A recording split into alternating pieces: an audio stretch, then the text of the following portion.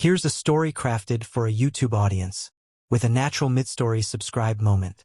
The last train always arrived at 2:17 a.m. No one in the small town of Briar Glen questioned it anymore. The station had officially shut down in 1986. Yet every night, without fail, the distant rumble of steel on tracks echoed through the valley. Ethan Cole had just moved into town, chasing silence after burning out in the chaos of city life. But silence wasn't what he found. On his third night, unable to sleep, he followed the sound. The station stood abandoned. Cracked windows, peeling paint, and a rusted sign swinging gently in the cold wind.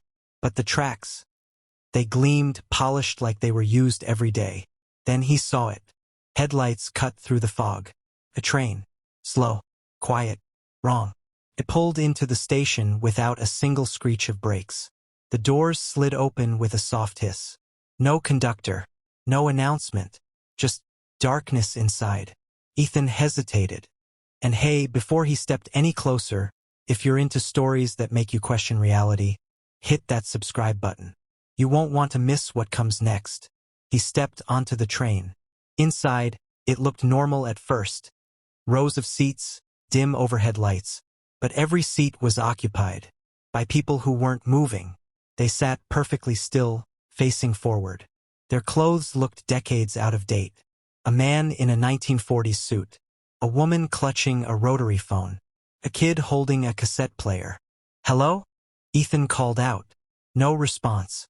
Then, slowly, every head turned toward him. Not naturally. Not smoothly. Jerking. Snapping. One by one. Their eyes locked onto his. And then they smiled. Too wide. Too identical. The doors slammed shut behind him. The train lurched forward. "Next stop."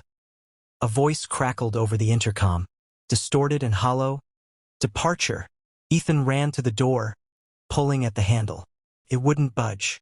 The windows showed nothing but endless black. "No, no, no. This isn't real," he muttered. A hand touched his shoulder. Cold. He turned.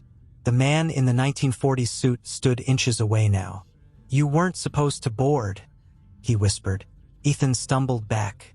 "What is this place?" The man tilted his head. "This is where we go when we don't let go." The lights flickered. For a split second, Ethan saw their reflections in the window. Not people. Shadows. Twisted. Hollow. The train began to slow. A faint light appeared ahead. "Another station?" Ethan asked, hope rising. The man shook his head slowly. "No," he said.